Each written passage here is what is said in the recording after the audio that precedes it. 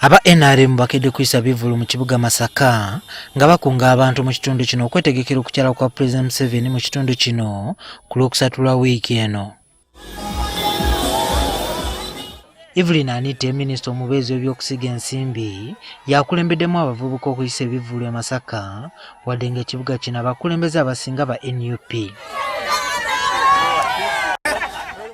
Twaha Kagabo, omubaka wa Bukoto South eyajira ku kadi ya NUP naye abadde ateetera n'aba NRM.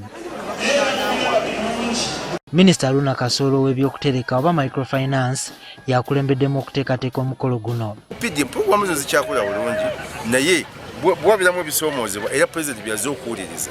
Pulezidenti azze tumusuubira okuba nti agenda kuwa omukisa Bannamasaka bonna boogere ebibalaba nabo bitatambula bulungi. Pulezidenti oba oli awo abinogere eddagala mu bwangu.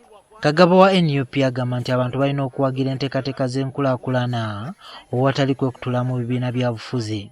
Okukyala kwa pulezidenti akulaze nti tekuli politiko era bw'oba owuliririzza ebintu byannyonnyodde bigenda okukolebwa bigasa Greater Masaka. Batugambye nti buli regioni zifunye parks.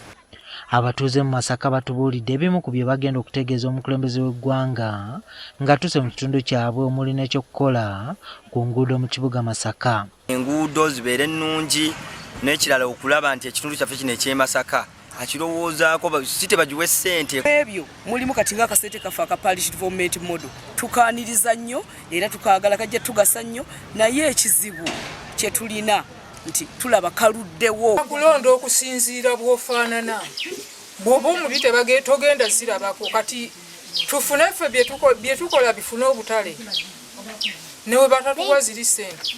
Ez'emyogo ezo twazivaako kuba tetwazifunako. Sina gwe manyi yafuna ku ssente za myogo eno.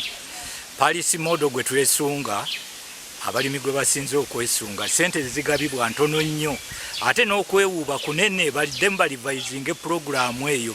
Okukyala kwa Museveni mu kitundu kino kitunuuliddwa ng'emu ku nteekateeka y'ekibiina ki NRM okubbulula obuwagizi bwakyo obwatwalibwa ekibiina ki NUP mu kalulu ka 2021.